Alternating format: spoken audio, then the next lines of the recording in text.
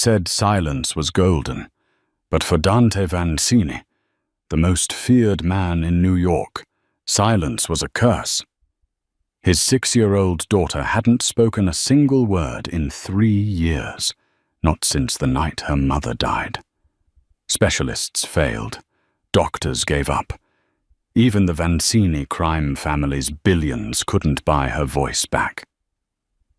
Then came a rainy Tuesday, a run-down diner, and a waitress with nothing to lose. She didn't use therapy or medicine. She used a bottle of cheap chocolate syrup. What happened next didn't just break the silence, it started a war. This is the story of how a simple heart, drawn on a pancake, brought the Mafia to its knees. The rain in New York City didn't wash things clean. It just made the grime slicker. It was 10:00 a.m. on a Tuesday, and Marino's, a mid-tier diner on the edge of the meatpacking district, was unusually quiet. The regulars, mostly dock workers, and retired beat cops had scattered the moment the black SUVs pulled up to the curb. Clara wiped the counter with a rag that had seen better days. She was 24, tired, and owed more money in student loans than she made in a year. She was a semester short of a degree in child psychology, a dream she'd abandoned when her own mother got sick. Now she served lukewarm coffee and tried to stay invisible.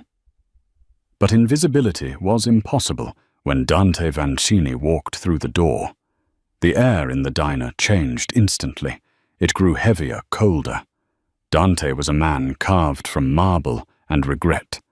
He wore a charcoal suit that cost more than the diner's annual lease, and his eyes were dark, scanning the room for threats before he even looked at the hostess. Flanking him were 2 men who looked like they chewed glass for breakfast, Marco, his right-hand man, and a younger guard named Luca. But Clara's eyes weren't drawn to the men. They were drawn to the little girl holding Dante's hand. Sofia Vanzini, 6 years old. She wore a pristine white coat that looked terrified of the grease in the air. Her face was a perfect porcelain doll's mask, blank, emotionless, and hauntingly still. "Table 4, Dante said. His voice was a low rumble, the kind that vibrated in your chest. It wasn't a request. Old man Marino, the owner, was shaking as he grabbed menus. "Of course, Mr. Vanzini. Right this way. The booth in the back is private." Clara watched them go. The diner was empty except for them. The bodyguards took up positions, one at the door, one near the kitchen. Dante sat opposite the little girl. "Clara," Marino whispered, rushing back to the counter, his face pale. "You take them. My hands are shaking too much. Just don't mess up. Please. You know who that is?" "I know," Clara said, tightening her apron. Everyone knew who Dante Vanzini was. The tabloids called him the Iron King of the East Coast underworld. The police called him untouchable. Clara grabbed her notepad and walked to the back booth. Her heart hammered against her ribs, but she forced a professional smile. As she approached, she saw the dynamic at the table. It was heartbreaking. Dante was leaning forward, his intimidating demeanor softened into desperation. "Sophie Tesoro," he said softly. "You have to eat something. Just a little. Please." The girl Sophia stared at the laminated tabletop. She didn't blink. She didn't look at him. She was a statue. Clara stepped up. "Good morning. Can I start you gentlemen, and the young lady, with some coffee or juice?" Dante looked up. His eyes were a piercing blue, startling against his olive skin. For a second, Clara felt like he was reading her entire history, the debts, the dropped classes, the loneliness. "Black coffee," Dante said, his voice hardening again as he addressed a stranger. "And orange juice for her, fresh squeezed, no pulp. And to eat? Clara asked. She won't eat, Dante said, the exhaustion bleeding into his tone. Just bring her a plain pancake. Maybe she'll look at it. Clara looked at the girl. She recognized that look. In her clinical rotations, she had seen it in foster kids who had shut down after trauma. It wasn't stubbornness. It was a fortress. The girl was locked inside herself because the outside world was too painful. I'll bring the pancakes, Clara said softly. But maybe she'd like strawberries on them. Sophia didn't move. Dante waved a hand dismissively. Just bring it. Clara walked back to the kitchen, her mind racing. She knew she should just do her job. Drop the check and get the tip. But the look in that little girl's eyes. It was the same look Clara's mother had in the hospice ward before the end. The look of someone waiting for permission to let go. Order up. The cook, breathless with anxiety, slid the plate onto the window. A single plain pancake. Clara stared at it. This won't work, she thought. He's trying to force her to be normal. You can't force safety. She looked around. Marina was hiding in the office. The bodyguards were watching the street. Clara grabbed the industrial-sized bottle of chocolate syrup from the dessert station. What are you doing? The cook hissed. He said plain. I know what he said, Clara muttered. She took a deep breath. Her hand was steady. She didn't just drizzle the syrup. She drew. She used the nozzle like a pen. On the center of the pancake, she drew a perfect, intricate heart. But she didn't stop there. Inside the heart, she drew a small, sad face. And outside the heart, she drew a sun. It was a technique she'd learned in her art therapy for non-verbal children class. Externalize the emotion. She carried the plate out. The bodyguard Marco stepped in front of her. I need to check that.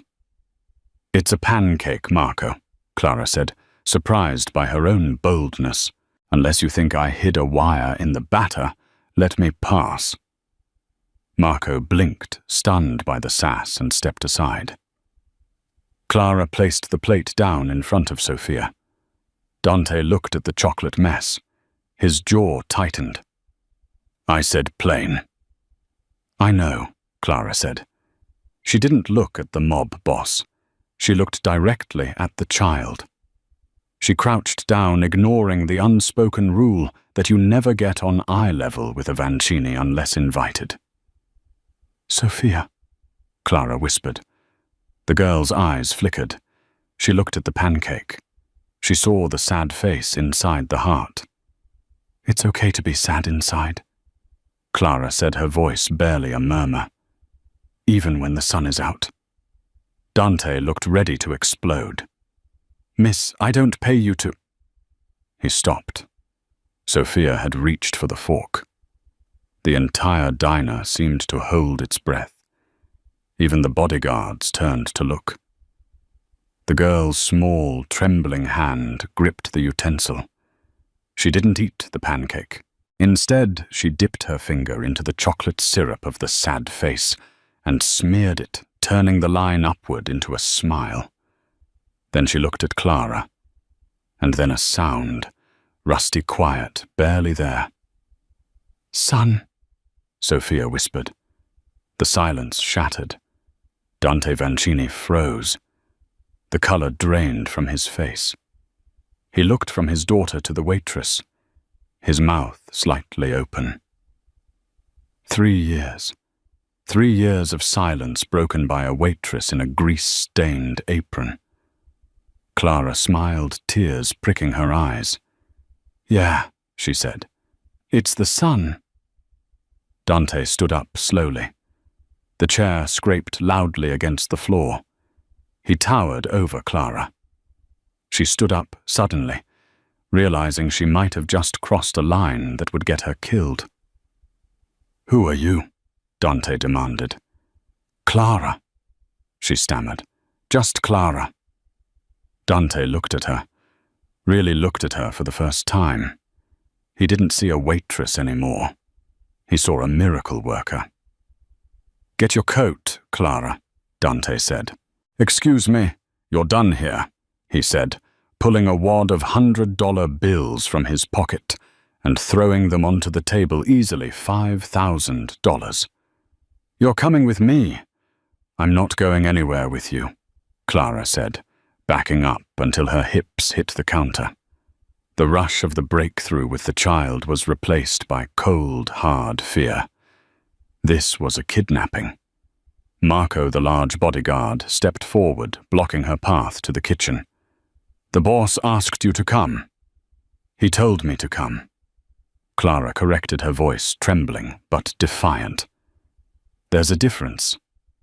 Dante watched her interaction with his men. Most people cowered.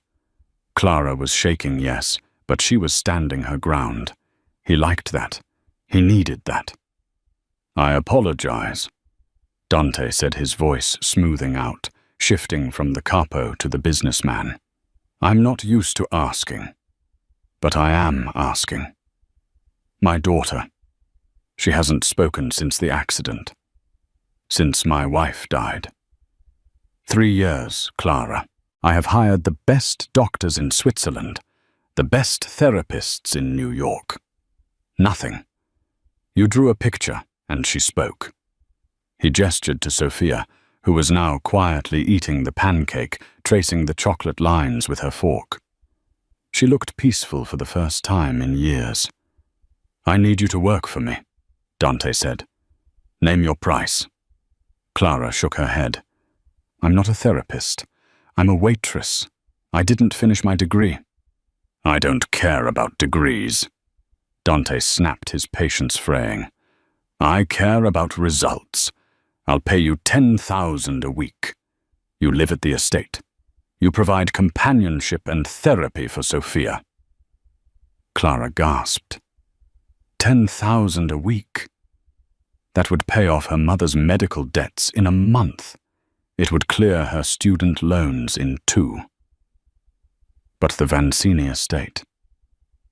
That was the fortress in Long Island where people went in and didn't always come out. "I can't," Clara said. "I have a life here." It was a lie. She had a cat and an empty apartment in Queens. Dante stepped closer. He smelled of expensive cologne and gun oil. "Clara, look at her." Clara looked. Sophia had stopped eating and was watching Clara, a look of panic starting to return to her eyes as she realized Clara was leaving.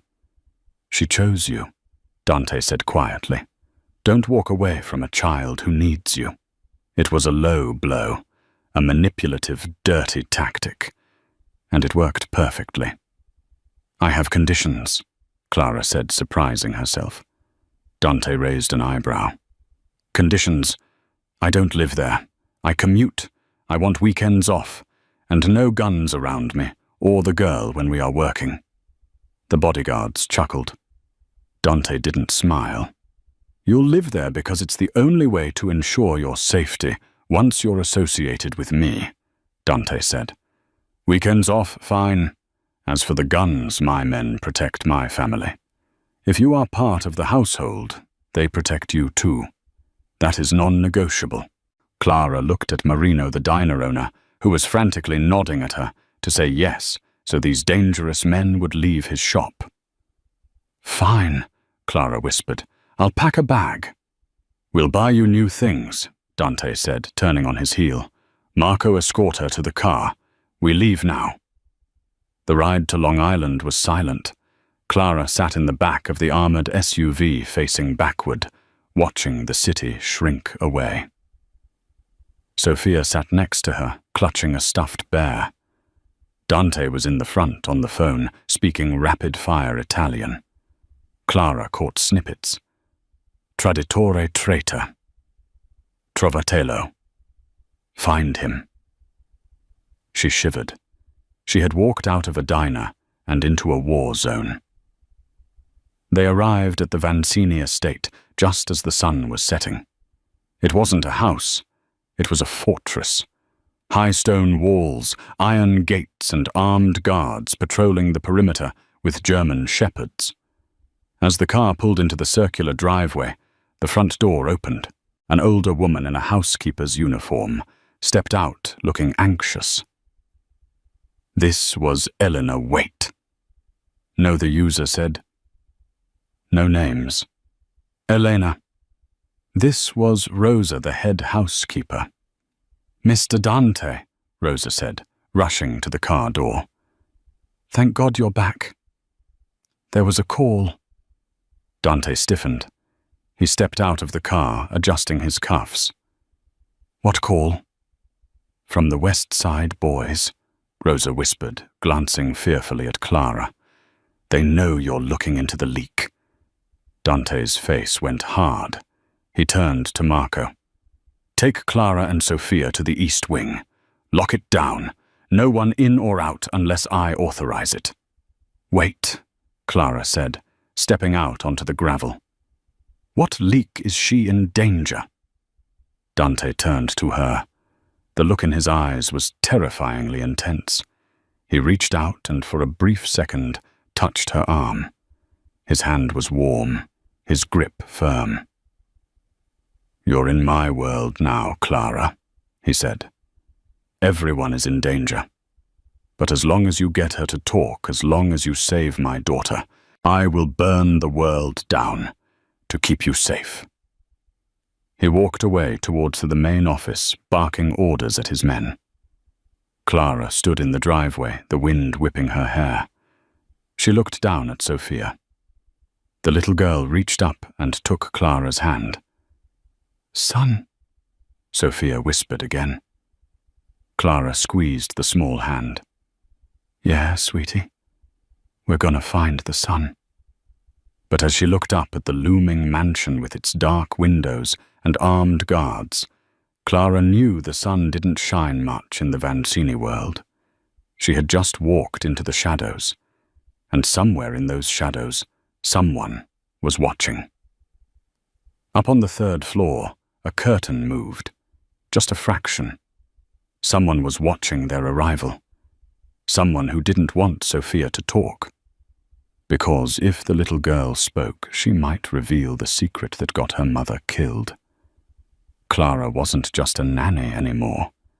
She was a target. The first week at the Vancini estate felt less like a job and more like living in a museum where you weren't allowed to touch the exhibits. The East Wing designated for Sophia and Clara was a sprawling suite of rooms filled with antique French furniture, silk drapes, and a silence so thick it felt heavy in the lungs. Clara quickly learned that the Vancini household operated on a schedule of military precision. Breakfast at 8:00 a.m. sharp, security check at 9:00 a.m., tutors who were currently suspended at 10:00 a.m. But Clara threw the schedule out the window on day one. "We aren't doing lessons in the study," Clara announced to Rosa, the head housekeeper, on Wednesday morning. Rosa, a stout woman with a face etched by years of worrying about Dante, looked horrified. "Mr. Dante insists on the study. It is secure," Rosa argued, wringing her hands in her apron.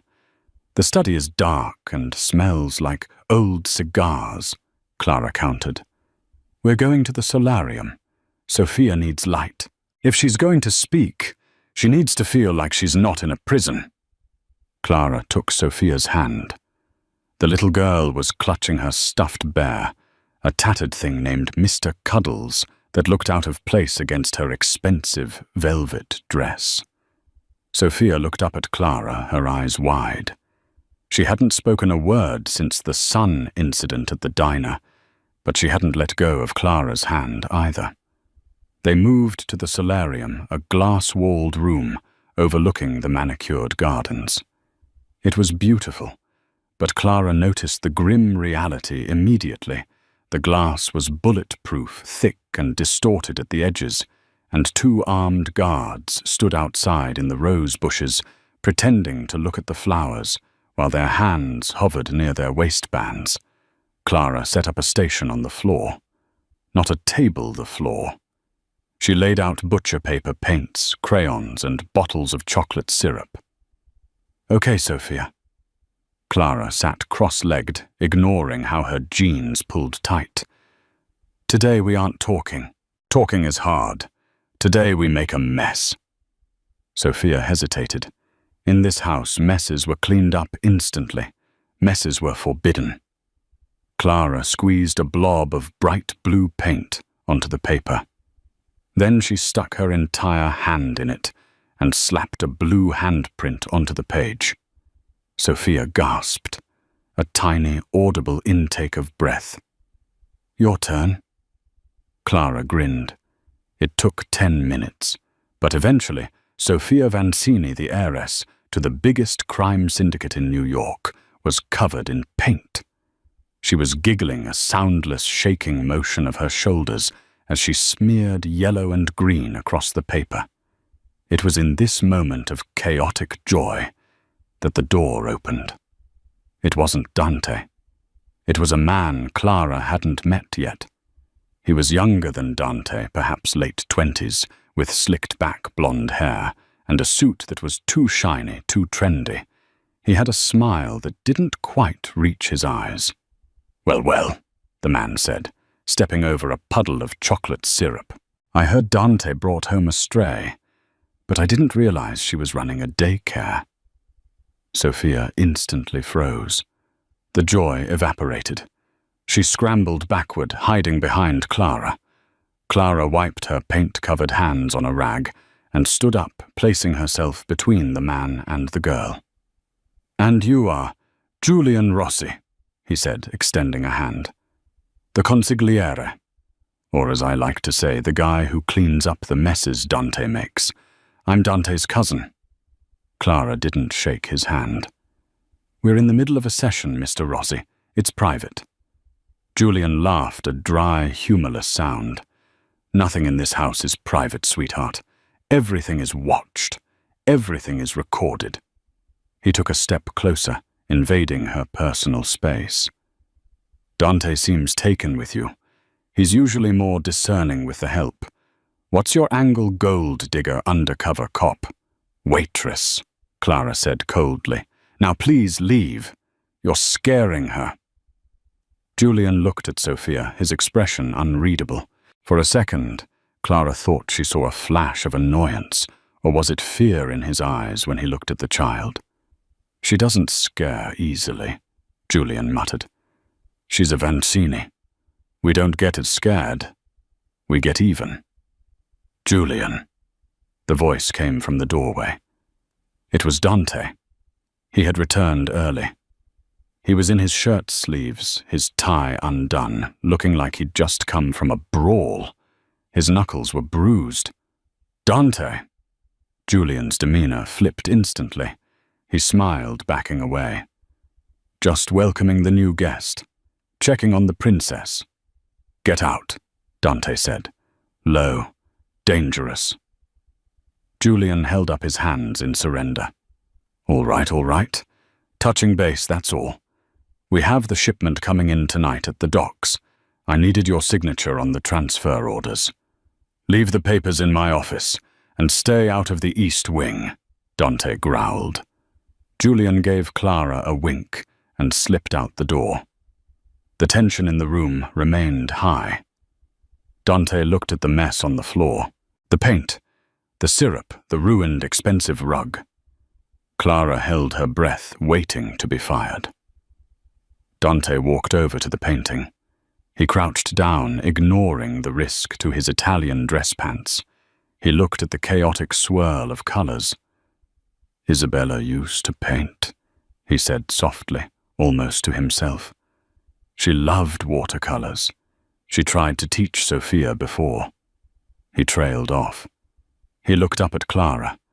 The anger from the encounter with Julian was gone, replaced by a profound weariness. "Did she speak?" "No," Clara said honestly. "But she laughed, without sound. But she laughed." Dante closed his eyes, exhaling a breath he seemed to have been holding for years. "Thank you." Your cousin, Clara said, deciding to be brave. He scares her. Dante's eyes snapped open. The ice returned. Julian is family. He's annoying, he's ambitious, but he's family. He was with us the night Isabella died. He drove the car that got Sophia to safety. Clara bit her lip. Sophia hid behind me when he walked in. A child's instinct is rarely wrong, Dante. It was the first time she had used his first name without Mr. Dante stood up, towering over her. The proximity was dizzying. Be careful, Clara. You're here to fix her heart, not to critique my organization. Julian is loyal. Is he?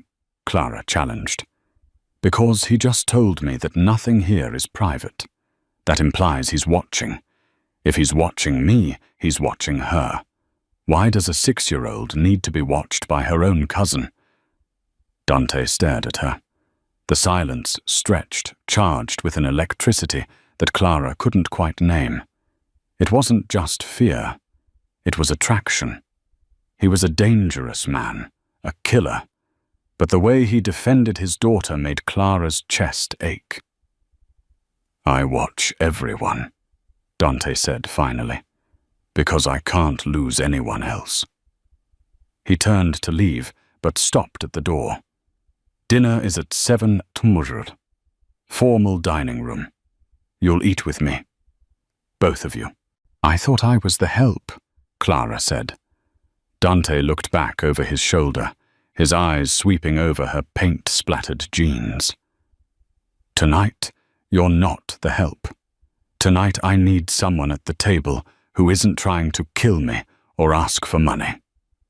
As he left, Clara felt a shiver run down her spine. She looked down at Sophia. The little girl had picked up a black crayon. While the adults were arguing, Sophia had drawn a new picture. It wasn't a heart. It was a car, a black car. And in the window of the car she had drawn a stick figure with yellow hair. Yellow hair. Like Julian, and in the stick figure's hand, a red, jagged line. A gun. Clara's blood ran cold. Dante said Julian drove the car that got Sophia to safety. But Sophia's drawing didn't look like a rescue. It looked like a threat. Clara quickly folded the paper and tucked it into her pocket. She couldn't show Dante yet. Not until she was sure. If she accused his cousin without proof, she'd be on the street, or worse, at the bottom of the Hudson River. She needed to know what happened the night Isabella died, and she had a feeling the only person who could tell her was the silent girl sitting in the paint. Dinner was a surreal affair. The dining room was long enough to play bowling and lit by a crystal chandelier that probably cost more than Clara's entire childhood home. Dante sat at the head Sophia on his right and Clara on his left. Dante had showered and changed into a black tuxedo shirt, unbuttoned at the top. He looked less like a mob boss and more like a weary prince. Clara had changed into the only nice dress. She had brought a simple navy blue wrap dress. The conversation was stilted. Dante asked about the therapy. Clara talked about color theory. Sophia ate her pasta one noodle at a time, watching her father. Why do you do it? Clara asked suddenly, breaking the polite silence. Dante paused his wine glass halfway to his lips. Do what? This. Clara gestured to the room, the guards outside the opulence. The life. You have enough money to leave. To go to, I don't know, New Zealand. Raise sheep. Why stay in a world where you have to check your car for bombs? Dante set the glass down. It's not a job, Clara. It's a legacy. My father built this. His father built this. If I leave, the vacuum of power destroys the city. Gangs who don't have our code will take over. I keep the chaos in check. A noble monster, Clara murmured. Dante smiled, a rare, genuine smile that crinkled the corners of his eyes. Exactly. Suddenly the lights flickered. The chandelier dimmed, then surged brightly, then went out completely. The room was plunged into darkness. "Down!" Dante roared. Before Clara could process the command, Dante had lunged across the table. He didn't go for a weapon. He went for Sophia. He grabbed his daughter and pulled her under the heavy oak table. "Clara, get her down." Clara dropped to the floor, just as the sound of shattered glass erupted. A window in the far corner blew inward. Pop, pop, pop. Silenced gunshots. They were taking fire. "Marco!" Dante shouted into his lapel microphone. "Status. Breach in the north garden jammer is blocking the alarms. We're coming in." Marco's voice crackled through the earpiece. Dante grabbed Clara's arm, dragging her under the table with them. It was a tight squeeze. The three of them were huddled in the dark, the smell of roasted garlic and gun smoke mixing in the air. Sophia was shaking violently. She buried her face in Dante's chest. Dante had one arm wrapped around his daughter, the other hand gripping a sleek black pistol he had drawn from a holster at the small of his back. "They cut the power to bypass the perimeter sensors," Dante whispered to Clara. "Stay here. Do not move." "Where are you going?" Clara hissed, grabbing his sleeve. "I'm going to kill them," Dante said calmly. "No, don't leave us." Clara surprised herself with the plea. It wasn't just fear for herself. She knew that if Dante left, the shield was gone. Dante looked at her in the shadows. He reached out and brushed a strand of hair from her face. "I have to draw their fire. If I stay, they shoot at the table. If I move, they shoot at me." He rolled out from under the table. Clara clamped her hands over Sophia's ears. She heard Dante shout something in Italian, a challenge. Then gunfire erupted loud and deafening. Dante was moving, firing as he ran toward the foyer, drawing the attackers away from the dining room. Clara's heart hammered against her ribs like a trapped bird. She looked at Sophia. The girl's eyes were squeezed shut, tears leaking out. "It's okay," Clara whispered, though she knew it wasn't. "Daddy is a superhero. He's winning." Suddenly, the dining room door creaked open. Not the main doors Dante had used, but the service entrance from the kitchen. Footsteps, slow, deliberate. Clara held her breath. Was it Marco? A beam of a flashlight swept across the room. It played over the broken glass, the abandoned dinner. "Dante?" a voice called out softly. It was Julian. Clara felt a wave of relief, followed instantly by a wave of cold dread. Why was Julian whispering? Why didn't he turn on the emergency lights? And why did he have a gun drawn, pointing it not at the windows but scanning the floor? Sophia stiffened in Clara's arms. She began to whimper. Clara clamped a hand over the girl's mouth, her eyes widening. The drawing. The yellow-haired stick figure with the gun. Julian wasn't here to help. He was using the attack as cover. The flashlight beam moved closer to the table. Julian was humming, a low, eerie tune. "Come out, little princess," Julian whispered. "Uncle Julian is here to keep you safe. Just like I did for Mommy." The horror of the statement hit Clara like a physical blow. Just like I did for Mommy. He had killed Isabella. He had been the leak all along. And Sophia had seen it. That was why she didn't speak.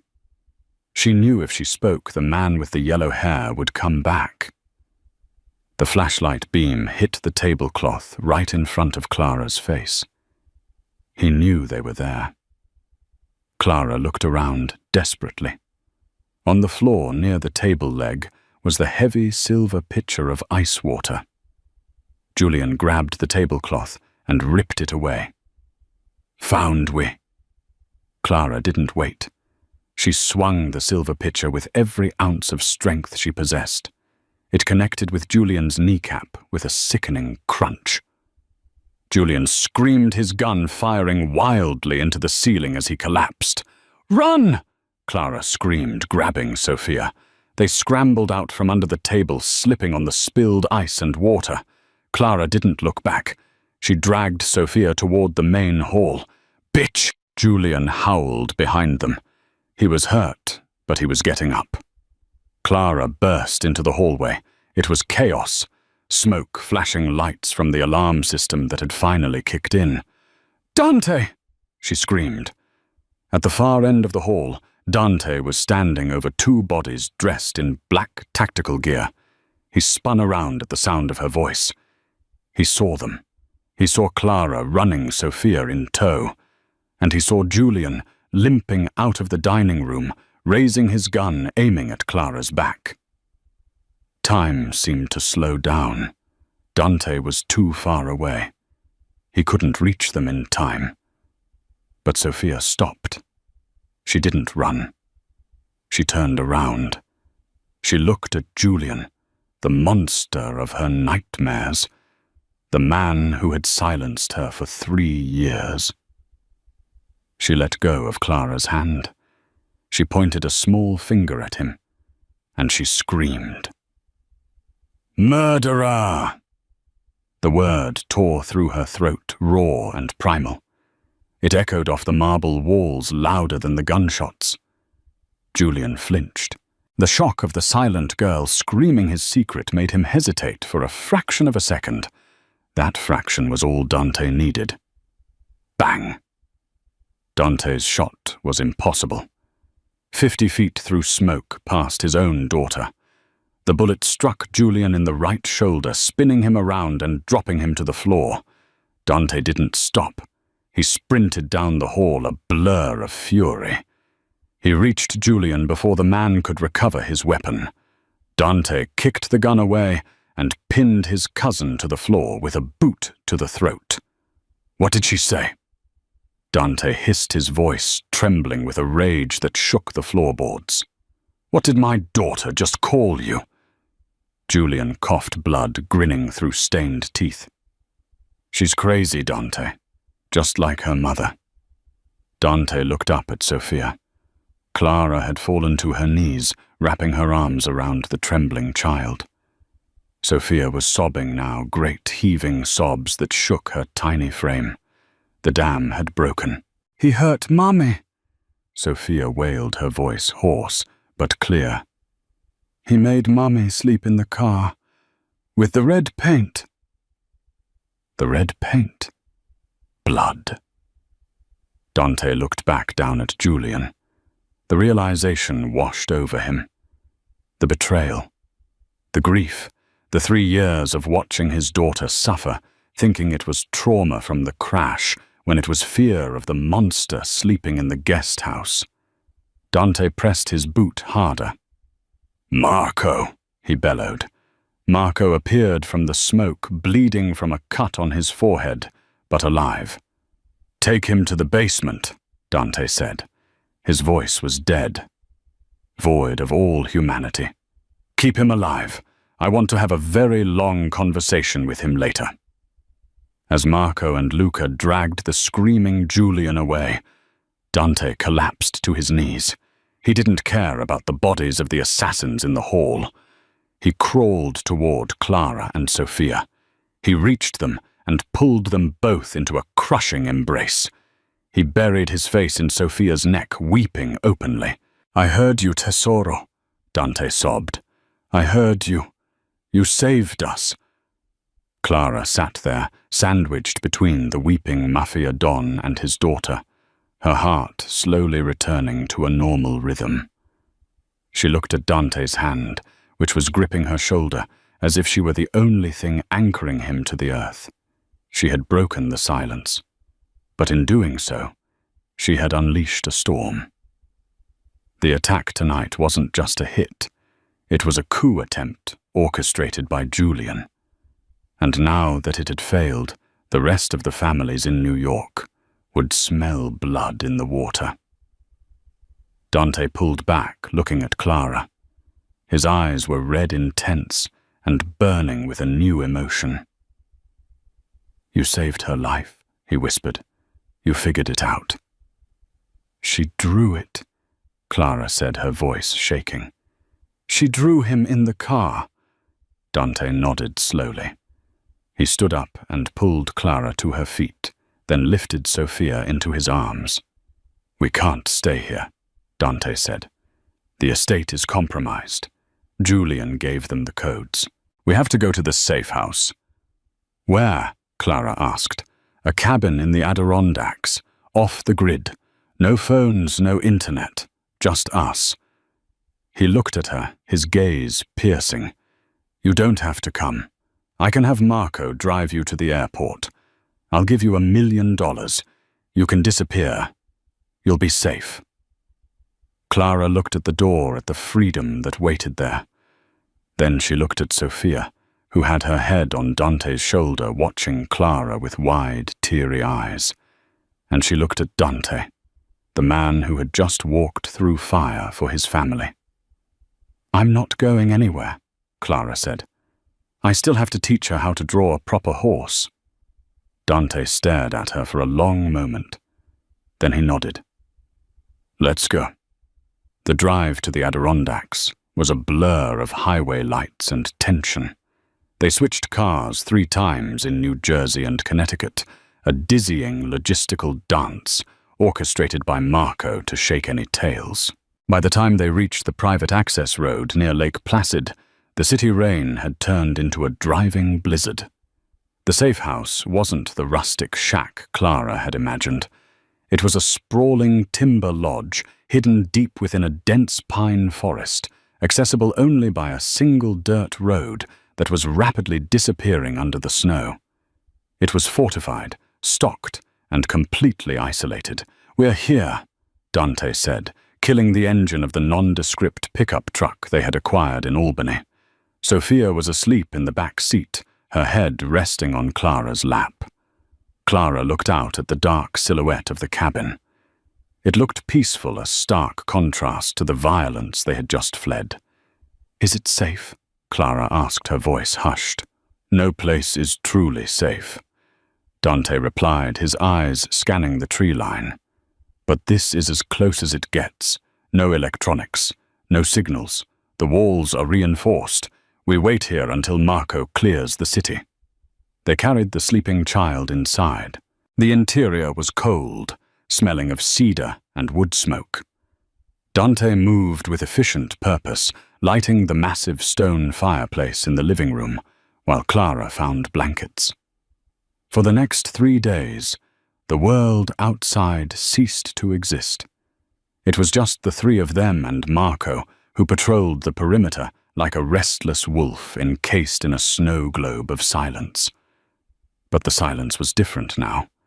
It wasn't the heavy, suffocating silence of the estate. It was a peaceful silence. Sophia was transforming. With the threat of Julian gone, the fear that had locked her voice away began to dissolve. She didn't speak in full sentences yet, but she hummed. She laughed. She asked for things: juice, up, draw. On the 4th night, a blizzard raged outside, howling against the windows. The power flickered and died, leaving them lit only by the roaring fire. Clara was sitting on the rug reading a storybook to Sophia by firelight. Dante sat in a leather armchair cleaning his gun. It was a jarring juxtaposition, the domestic warmth and the lethal weapon. "The end," Clara whispered, closing the book. Sophia yawned, her eyes drooping.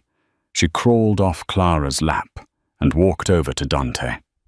She climbed up onto his lap, heedless of the gun parts on the table next to him. Dante froze. He looked at his daughter with an expression of terrified awe. Sophia rested her head on his chest, listening to his heartbeat. "Daddy," she murmured sleepily. Stay. Dante's hand trembled as he stroked her hair. I'm staying, Tesoro. I'm right here. After Sophia fell asleep and they carried her to the master bedroom, which they had given to her for safety, Dante and Clara returned to the fire. Dante poured 2 glasses of whiskey. He handed one to Clara. You realized something today, Dante said, staring into the flames. What? Clara took a sip. The liquid burned pleasantly, warming her chest. You realized I'm not a good man, Dante said. You saw me kill my own cousin. You saw me shoot without hesitation. And yet you're still here. You're not cowering. Clara looked at him. The firelight danced on his sharp features, highlighting the exhaustion and the burden he carried. I saw a father protecting his child, Clara said. Julian was a monster. He hurt her to get to you. That's not family. That's a parasite. Dante turned to look at her. His eyes were intense, stripping away her defenses. Why did you really stay, Clara, at the estate when I gave you the out? You could be in Paris right now, with $1 million. Clara set her glass down. She stood up and walked to the window, looking out at the swirling snow. Because I was the girl who didn't speak once, she admitted softly. Dante stood up. He moved silently across the room until he was standing just behind her. She could feel the heat radiating from him. Tell me, he whispered. My father left when I was 6, Clara said, watching her breath fog the glass.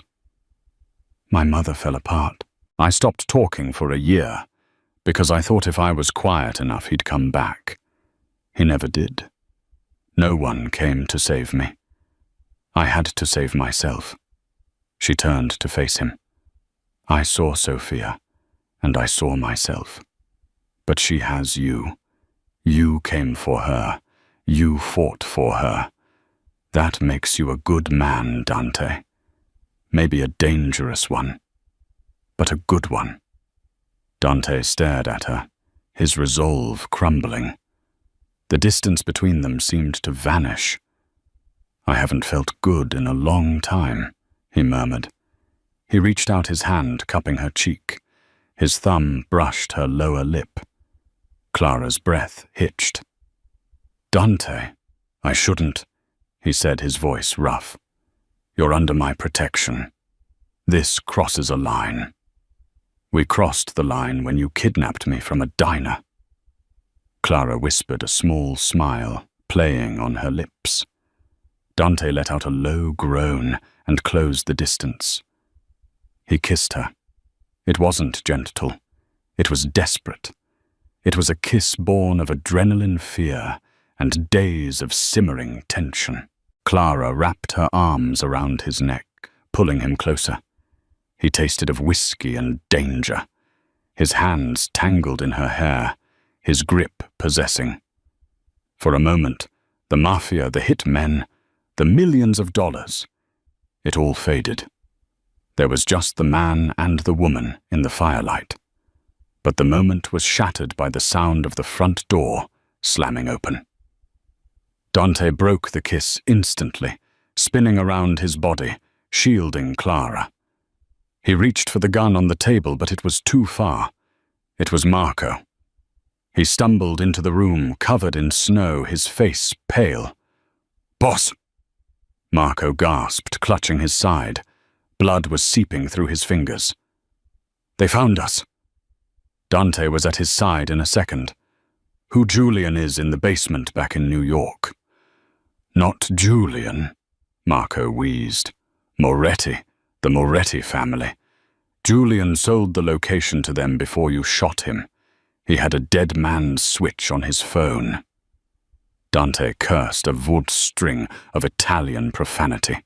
The Moretti family were their oldest rivals, brutal and without honor. If they were here, they weren't here to talk. They were here to wipe the Vancini line off the map. "How many?" Dante demanded. 6, maybe 8. They have the perimeter. I took one out, but I got tagged.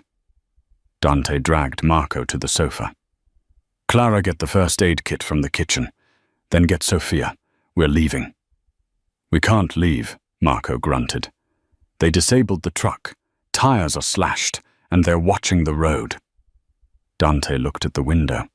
The snow was coming down harder. They were trapped. Okay, Dante said, his voice turning icy calm. The lover was gone. The Don was back.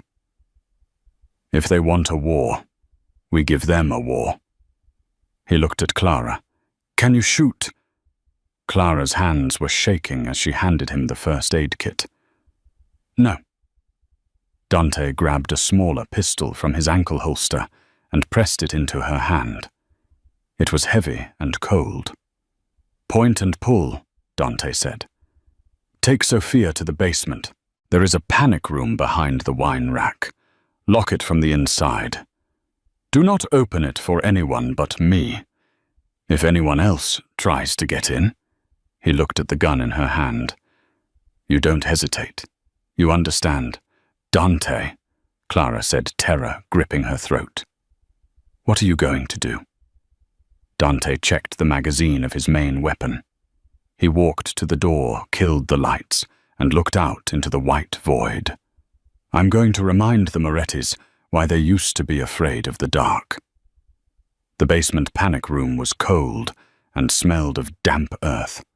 Clara huddled in the dark, clutching the heavy pistol Dante had given her. Beside her, Sophia lay curled on a cot wearing noise-cancelling headphones, humming softly to block out the nightmare unfolding above. Upstairs, the cabin shuddered under the assault. Dante moved through the darkened hallways like a ghost. He had flipped the heavy oak dining table for cover, trading fire with the 6 mercenaries surrounding the house.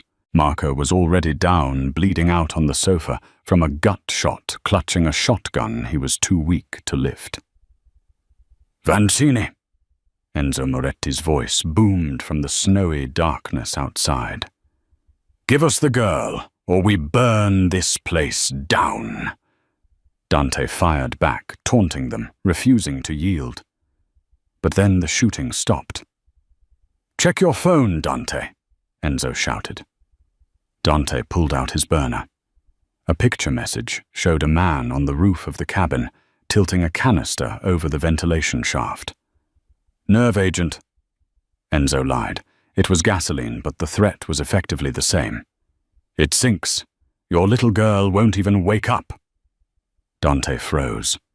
The panic room was reinforced, but the air intake wasn't military grade.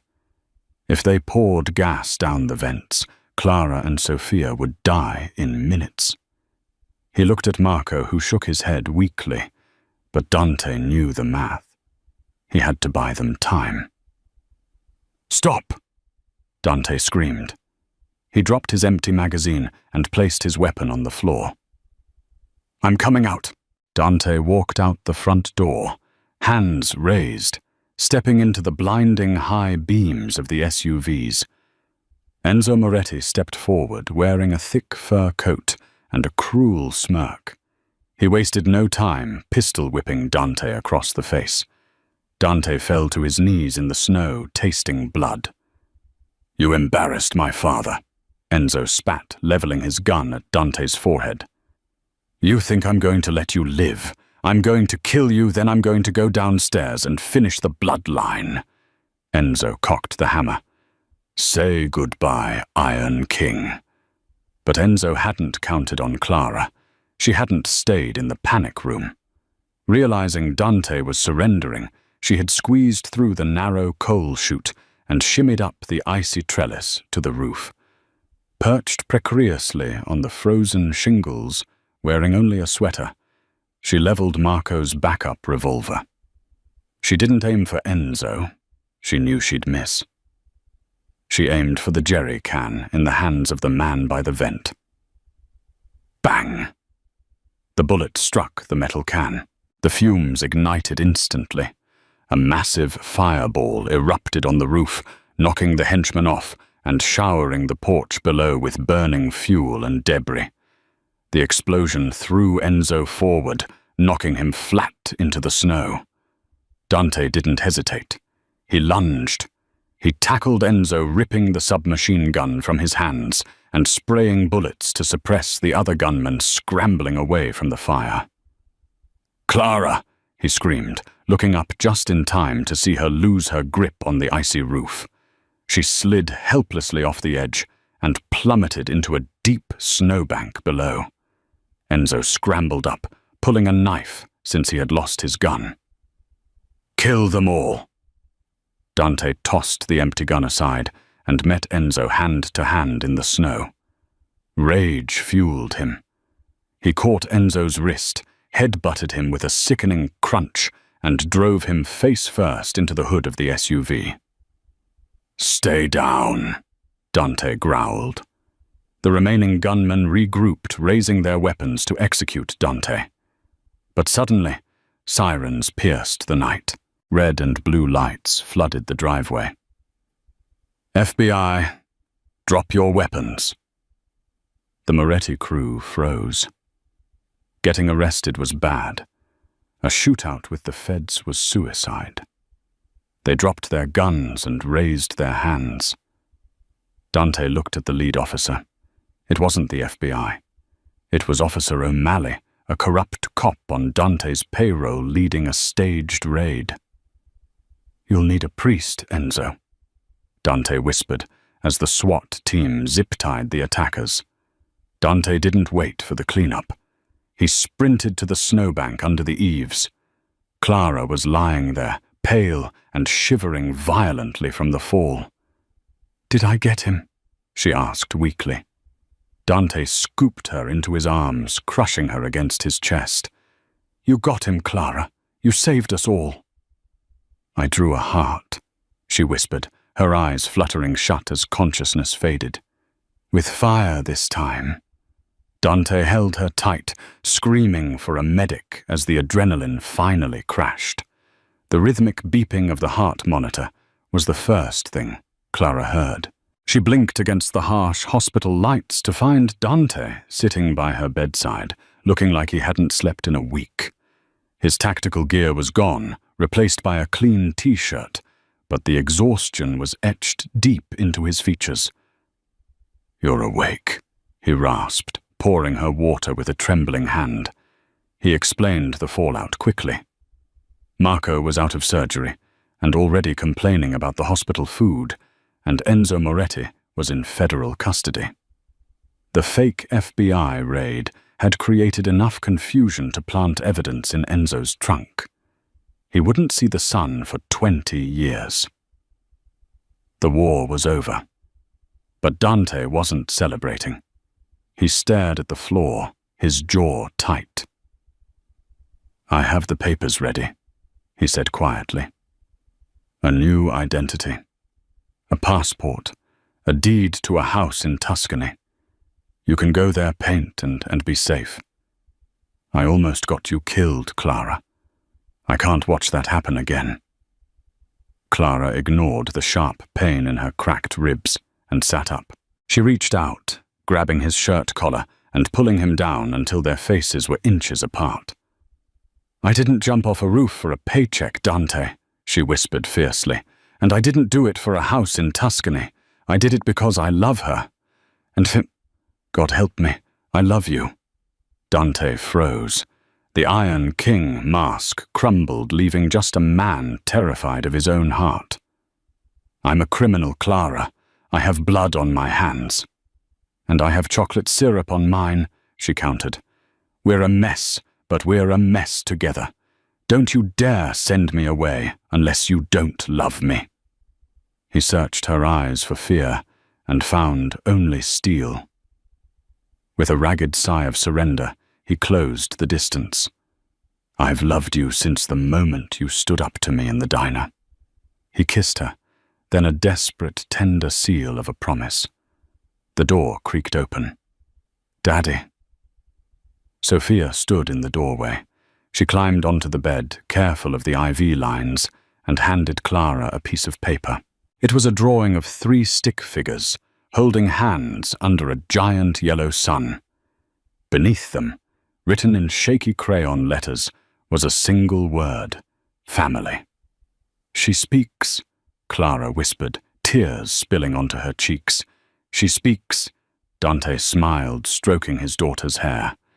"And she knows exactly what she's saying." 6 months later. The bell above the Golden Heart diner chimed. The place was packed, but the regulars weren't just eating toast. They were staring at the man behind the counter. Dante Vanchini, the most feared man in New York, was wearing a black polo shirt and pouring coffee. He wasn't the boss today. He was the barista.